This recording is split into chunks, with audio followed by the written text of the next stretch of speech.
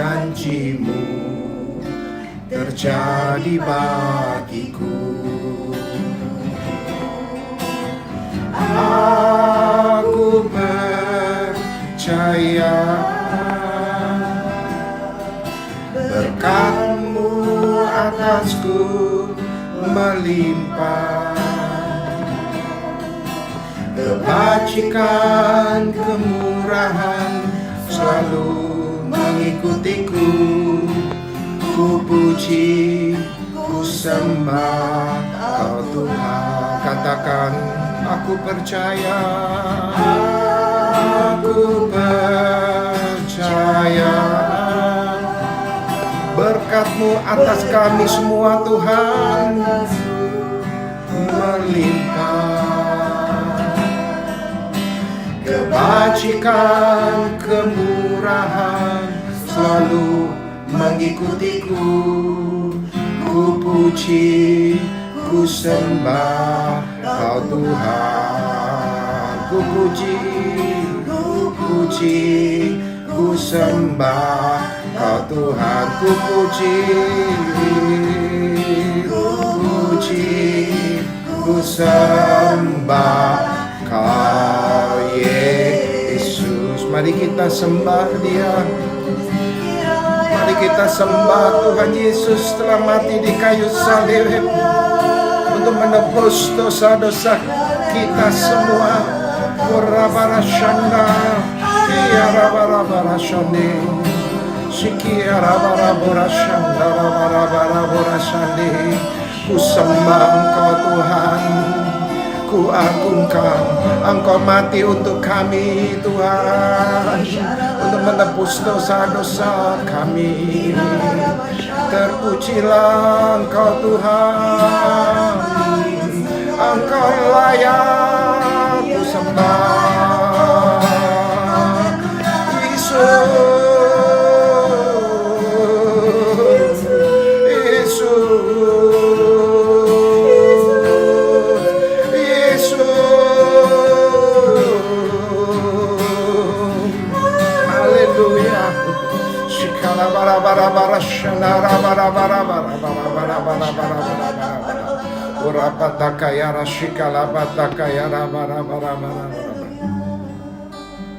Segala hormat, segala puji syukur Bapa. Terima kasih Tuhan atas penebusan dosa-dosa kami. Engkau mati untuk kami sebagai umat pilihan-Mu Bapa. Ampunin segala dosa-dosa umat-Mu, dosa umat-umat-Mu Tuhan. Ampunin kami semua, ampunin keluarga kami, ampunin Tuhan saudara-saudara kami semuanya. Bapa, Engkau adalah Allah yang penuh kasih. Tidak ada Allah seperti Engkau yang mau mati kayu salib untuk menebus dosa-dosa manusia di permukaan bumi ini Tuhan.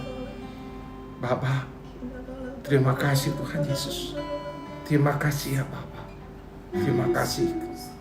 Oleh karena Engkau kami mendapatkan terang di bumi ini. Oleh karena Engkau kami mendapatkan keselamatan. Kami mendapatkan jalan kebenaran Tuhan. Terima kasih Tuhan. Terima kasih. Sampaikan Tuhan kebenaran firman-Mu. Sampaikan Tuhan. Pakai mulut bibir hamba-Mu. Kuasailah hamba-Mu dengan sepenuh oleh Roh-Mu Tuhan. Terima kasih Tuhan. Dalam nama Yesus. Haleluya. Amin. Shalom saudara-saudaraku, kekasih dalam Tuhan Yesus yang di rayon 1I, baik di Jakarta maupun yang di luar Jakarta, di GBI Bali, GBI Pontianak, GBI Medan, Batam. Tuhan memberkati kita semua, meskipun kita tidak bisa ibadah bersama-sama, tetapi roh kita terus berdoa, memuji, menyembah Tuhan. Nah, saudaraku kasih dalam Tuhan, minggu yang dimana kita memperingati kebangkitan Tuhan Yesus. Tuhan Yesus sudah bangkit dari kematiannya. Nah, kita sebagai pengikut Tuhan Yesus tidak ada alasan, saudara, sebagai umat-umat Tuhan tidak dapat bangkit dari kematian rohani. Kita harus bangkit. Kerohanian kita harus bangkit. Meskipun kita tidak bisa beribadah bersama-sama, tapi secara pribadi, ya, keluarga, kita bisa beribadah dengan Tuhan. Kita beribadah Tuhan tanpa dibatasi dengan apapun, asal roh kita menyala-nyala. Kalau saudara setuju, katakan amin. Nah, saudara, mari kita baca dalam Yesaya 53 ayat 4 sampai 8. Ayat yang keempat, tetapi sesungguhnya penyakit kitalah yang ditanggungnya, dan kesengsaraan kita yang dipikulnya. Padahal kita mengira dia kena tulah, dipukul dan ditindas Allah. Tetapi dia tertikam oleh karena pemberontakan kita. Dia diremukkan oleh karena kejahatan kita. Ganjaran yang mendatangkan keselamatan bagi kita ditimpakan kepadanya, dan oleh bilur-bilurnya kita menjadi sembuh. Ayat ke-6, kita sekalian sesat seperti domba, masing-masing kita mengambil jalannya sendiri, tetapi Tuhan telah menimpakan kepadanya kejahatan kita sekalian. Ayat ke-7, dia dianiaya tetapi dia membiarkan diri ditindas dan tidak membuka mulutnya seperti anak domba yang dibawa ke pembantaian. Seperti induk domba yang keluh di depan orang-orang menggunting bulunya. Ia tidak membuka mulutnya. Sesudah penahanan dan penghukuman, ia terambil, dan tentang nasibnya, siapakah yang memikirkannya? Sungguh, ia terputus dari negeri orang-orang hidup, dan karena pemberontakan umatku, ia kena tulah. Nah, saudaraku kasih dalam Tuhan, beberapa ribu tahun yang lalu, belum terjadi di mana Nabi Yesaya bernubuat ada menggantikan kesalahan dosa manusia yang akan dipikulnya di kayu salib, yang dimana tanpa ada perlawanan. Ini sebelum Yesus Kristus hadir di dunia ini. Nabi Yesaya sudah nubuat ini, kuasa Allah Bapa di surga. Itu yang terjadi di mana kelahiran Tuhan Yesus Kristus. Di mana ada kelahiran, Tuhan Yesus Kristus memberikan pengajaran, yaitu firman Tuhan untuk umat-umat yang mau diselamatkan. Nah, setelah itu ada kematian Tuhan Yesus Kristus di kayu salib. Nah, setiap orang yang percaya kepada Tuhan Yesus memperoleh pengampunan dosa. Ini kuasa Tuhan yang dicurahkan di bumi untuk menolong umat-umatnya yang disayanginya. Maka umat-umat Tuhan harus bangkit dari ketidakperdayaannya. Kita sebagai umat-umat pilihan, kita harus bangkit. Karena Tuhan Yesus sudah bangkit hari ketiga. Untuk siapa? Untuk saudara dan saya. Tuhan Yesus mati untuk menebus dosa-dosa kita. Nah, yang saya artikan, kematian Tuhan Yesus Kristus itu untuk manusia lama kita yang harus mati, ya, di kayu salib. Melalui apa? Kematian Tuhan Yesus. Dan Tuhan Yesus bangkit supaya kita hidup dengan manusia baru. Nah, saudaraku kasih Tuhan, dengan adanya Tuhan Yesus di bumi ini, kita bersukaria. Kita tidak berduka cita. Kita harus sukacita. Manusia lama kita dimatikan di kayu salib Yesus, di mana kita hidup dengan manusia baru, ada Roh Allah. Oleh karena kebangkitan Tuhan Yesus Kristus. Oleh karena itu Tuhan Yesus tidak mati selamanya. Dia telah terbukti bahwa Tuhan Yesus telah bangkit pada hari ketiga. Yang setuju katakan amin. Allah kita luar biasa. Dalam Kisah Para Rasul 10 ayat 40, Yesus itu telah dibangkitkan Allah pada hari yang ketiga. Dan Allah berkenan bahwa ia menampakkan diri. Arti kata ketiga, saudara-saudara, arti kata ketiga yaitu, saudara, pertama dipanggil, kedua dipilih, Yang ketiga, disaksikan menjadi saksi. Tuhan Yesus menampakkan diri kepada murid-muridnya sampai ketiga kalinya untuk meyakinkan bahwa Tuhan Yesus bangkit dari kematian. Katakan amin. Ya, saya ulangin, saudara. Tuhan Yesus menampakkan diri kepada murid-muridnya sampai ketiga kalinya untuk meyakinkan bahwa Tuhan Yesus bangkit dari kematiannya.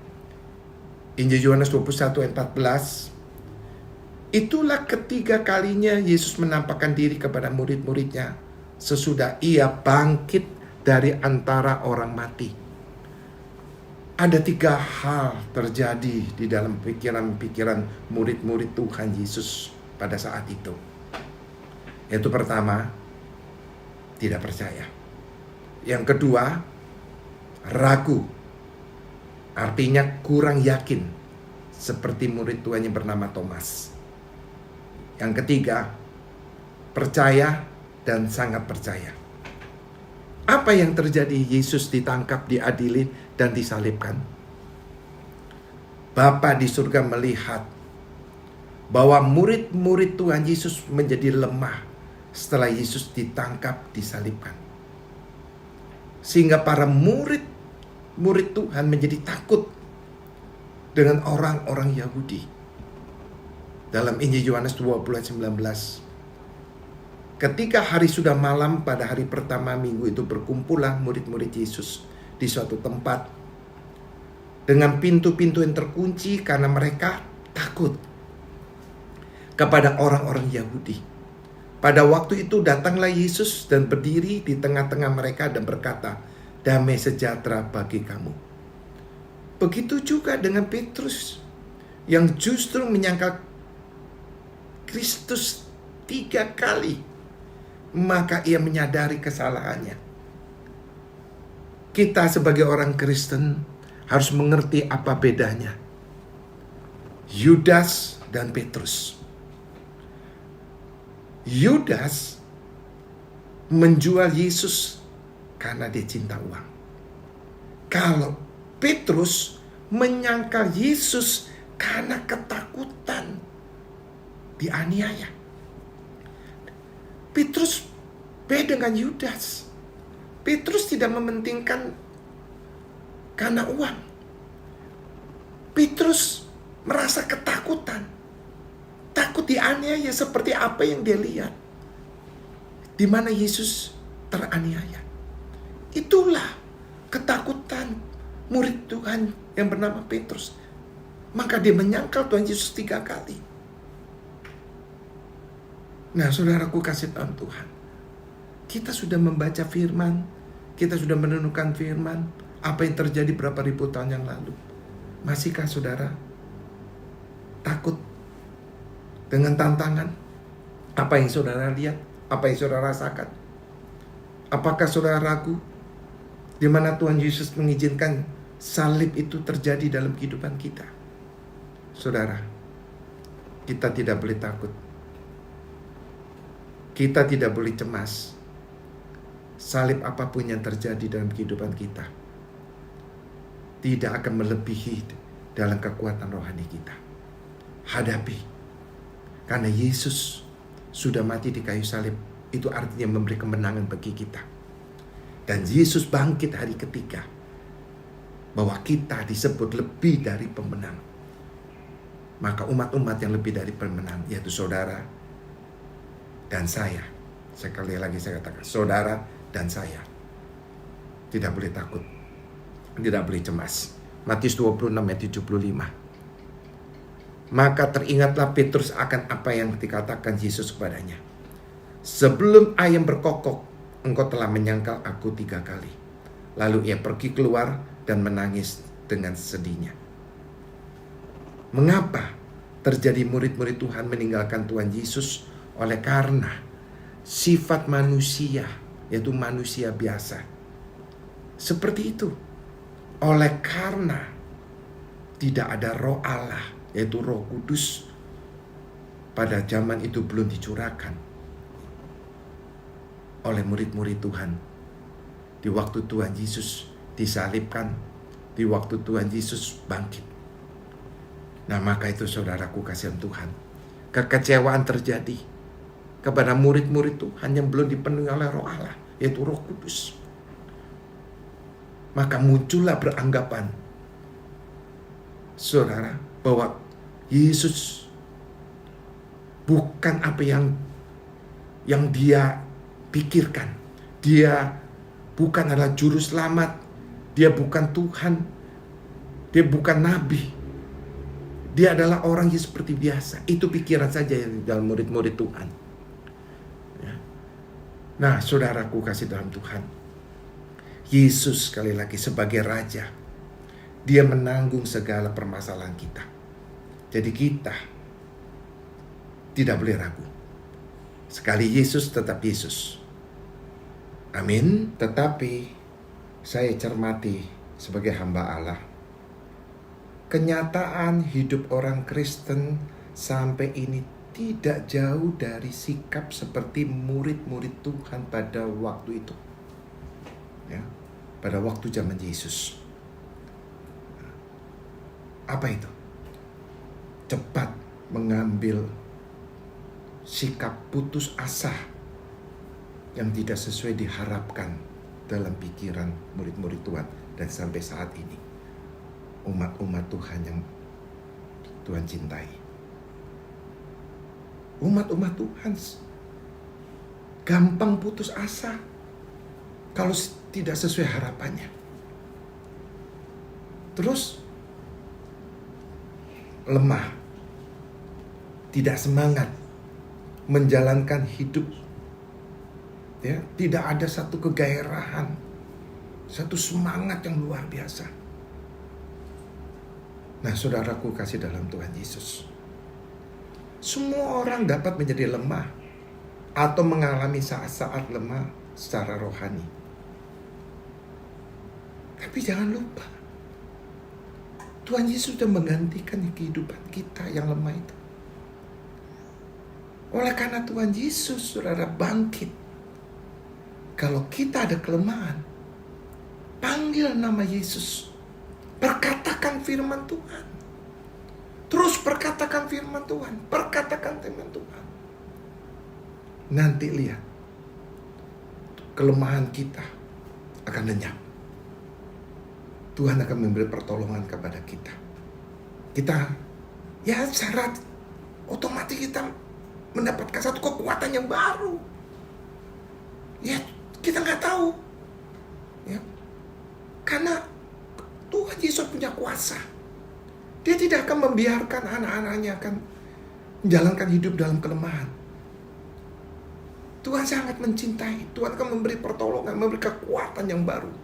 Kalau sudah percaya, suruh panggil nama Yesus. Panggil nama Yesus.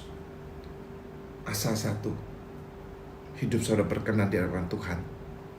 Saudara memanggil nama Yesus, kuasa Allah akan terjadi dalam kehidupan saudara-saudara. Saudara percaya itu? Kalau saudara percaya, katakan dalam hatimu, amin. Maka itu saudaraku kasih Tuhan. Bagaimana cara mengatasi ketika umat-umat Tuhan, yaitu saudara-saudara di mana berada, mengalami kelemahan, menjadi lemah, dan kerohaniannya menjadi merosot. Maka sebagai umat Tuhan di akhir zaman ini tidak ada alasan hidup dalam kelemahan. Tidak ada alasan dalam pesimis. Tidak ada alasan untuk putus asa. Karena Yesus telah bangkit untuk kita. Dengan kebangkitan Yesus sudah memberikan kita kemenangan. Ingat bahwa Tuhan Yesus bukan lagi mengalami kematian di zaman murid-murid Tuhan pada waktu dulu. Tetapi sekarang Tuhan Yesus sudah bangkit. Tuhan Yesus sudah bangkit dan sudah ada di surga. Serta kekuasaannya tidak berubah. Dan umatnya diberikan penolong. Ya, melalui Roh Kudus. Injil Yohanes 14 ayat 16 ya kita baca bersama-sama sampai 17. Aku akan minta kepada Bapa, dan Ia akan memberikan kepadamu seorang penolong yang lain, supaya Ia menyertai kamu selama-lamanya.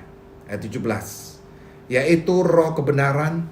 Dunia tidak dapat menerima Dia, sebab dunia tidak melihat Dia, tidak mengenal Dia. Tetapi kamu mengenal Dia, sebab Ia menyertai kamu dan akan diam di dalam kamu. Katakan amin. Melalui ayat ini, maka Tuhan berdaulat penuh atas hidup kita, dan Tuhanlah pemegang kendali hidup kita. Semua persoalan kita alami sebenarnya merupakan proses atau pembentukan yang dari Tuhan untuk kita dapat menemukan kehendak dan rencana Tuhan yang besar dalam kehidupan kita. Amin, saudaraku. Maka saudaraku kasih dalam Tuhan, cara untuk masuk dalam rencana Tuhan, saya bagikan saudara beberapa poin. Pertama, saudara, biarkan Tuhan memulihkan hidup kita dan menerima pengampunan sejati. Saya ulangi, biarkan Tuhan memulihkan hidup kita dan menerima pengampunan sejati. Yesaya 59 ayat pertama. Sesungguhnya tangan Tuhan tidak kurang panjang untuk menyelamatkan, dan pendengarannya tidak kurang tajam untuk mendengar. 1 Yohanes 1 ayat 9. Jika kita mengaku dosa kita, maka Ia adalah setia dan adil, sehingga Ia akan mengampuni segala dosa kita dan menyucikan kita dari segala kejahatan. Yang kedua, biarkan Tuhan membentuk hidup kita, dan setialah dalam proses dari Tuhan itu. 1 Korintus 13 ayat 11. Ketika aku kanak-kanak, aku berkata seperti kanak-kanak. Aku merasa seperti kanak-kanak. Aku berpikir seperti kanak-kanak. Sekarang sesudah aku menjadi dewasa, aku meninggalkan sifat kanak-kanak itu. Roma 8:18. Sebab aku yakin bahwa penderitaan zaman sekarang ini tidak dapat dibandingkan dengan kemuliaan yang akan dinyatakan kepada kita. Amin. Poin yang ketiga, biarkan Tuhan menguasai dan memimpin hidup kita, sehingga kehendak-Nya saja yang jadi di dalam diri kita. Roma 8:14. Semua orang dipimpin Roh Allah adalah anak Allah. Galatia 5 ayat 25. Jikalau kita hidup oleh Roh, baiklah hidup kita juga dipimpin Roh. Nah, saudara, 3 poin itu yang saudara sudah dengar, saudara aminkan supaya terjadi dalam kehidupan kita. Pastikan hidup kita ini di dalam rencana Tuhan. Oleh karena kebangkitan Tuhan Yesus dari kematian, memiliki visi dan misi yang besar bagi kita sebagai umat-umat Tuhan untuk melanjutkan perjuangan yang besar, perjuangan yang baru kita harus selesaikan. Satu lagi saya sampaikan di dalam Filipi 4 ayat 8 dan 9. Jadi akhirnya, saudara-saudara, semua yang benar, semua yang mulia, semua yang adil, semua yang suci, semua yang manis, semua yang sedap didengar, semua yang disebut kebajikan dan patut dipuji, pikirkanlah semuanya itu. Ayat 9, dan apa yang telah kamu pelajari, dan apa yang telah kamu terima, dan apa yang telah kamu dengar, dan apa yang telah kamu lihat padaku, lakukan itu. Maka Allah sumber damai sejahtera akan menyertai kamu. Nah, catatan yang penting harus diingat, bahwa kita umat-umat Tuhan yang masih diberi umur panjang, diberi kesehatan, jangan melakukan dosa. Ya, saudara, jangan mengindahkan firman Tuhan. Saudara, perkayakan firman Tuhan dalam hidup kita. Biarlah firman Tuhan menjadi pegangan dalam kehidupan kita. Kunci kemenangan, kunci keberhasilan. Yesus bangkit memberikan kita kunci kemenangan, kunci keberhasilan. Mari umat-umat Tuhan, jangan lemah. Ya. Apapun tantangan, badai, masalah yang kita hadapi bersama, pandemi virus corona COVID-19 ini. Saudaraku kasihan Tuhan, ambil positifnya. Kita harus banyak di rumah. Bukan kita takut dengan virus corona. Ini Tuhan memberikan kita kesempatan, kita banyak duduk di kaki Tuhan. Saudara, segala pekerjaan sekarang kita bekerja di rumah. Maka kita punya waktu banyak di rumah. Mari bangkitkan kerohanian kita. Menangkan tantangan ini. Ya saudara. COVID-19 yaitu virus corona pasti selesai. Badai pasti berlalu. Tunggu waktu Tuhan. Ya saudara. Kita tidak lepas. Kita terus berpuasa. Kita berdoa. Saudara, kita minta pertolongan Tuhan supaya badai ini berlalu. Indonesia dipulihkan. Indonesia disembuhkan. Ekonomi diberkati. Dan di mana saudara berada, pujilah Tuhan, sembahlah Tuhan. Kemenangan sudah Tuhan berikan melalui kebangkitan Tuhan Yesus Kristus. Selamat Paskah, Tuhan memberkati. Shalom.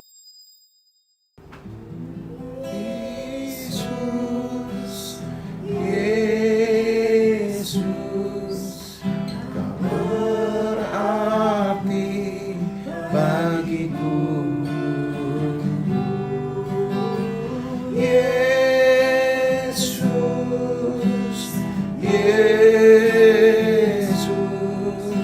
Kau segalanya bagiku. Panggil saudara, Yesus, Yesus. Yesus, Yesus. Engkau Tuhanku, Engkau Allahku. Engkau berarti bagi umat-umat-Mu Tuhan. Terima kasih Tuhan. Terima kasih untuk kematian-Mu, kebangkitan-Mu. Terima kasih untuk kami semua ini Tuhan. Yesus, Kau segalanya bagi. Ora patakaya resikala patakala. Hamba telah berhenti Tuhan. Apa yang hamba sampaikan biarlah Roh Allah, Roh Kudus bekerja. Firman Tuhan itu menjadi terang bagi kami semuanya. Biar kami menerima berkat yang berkelimpahan. Bapa, mujizat-Mu masih ada. Di dalam nama Yesus kami pasti menerima mujizat-Mu. Mari saudara-saudaraku yang di rumah di mana berada, mari angkat tangan kita tinggi-tinggi. Terimalah berkat yang berlimpah-limpah dari Tuhan Yesus Kristus.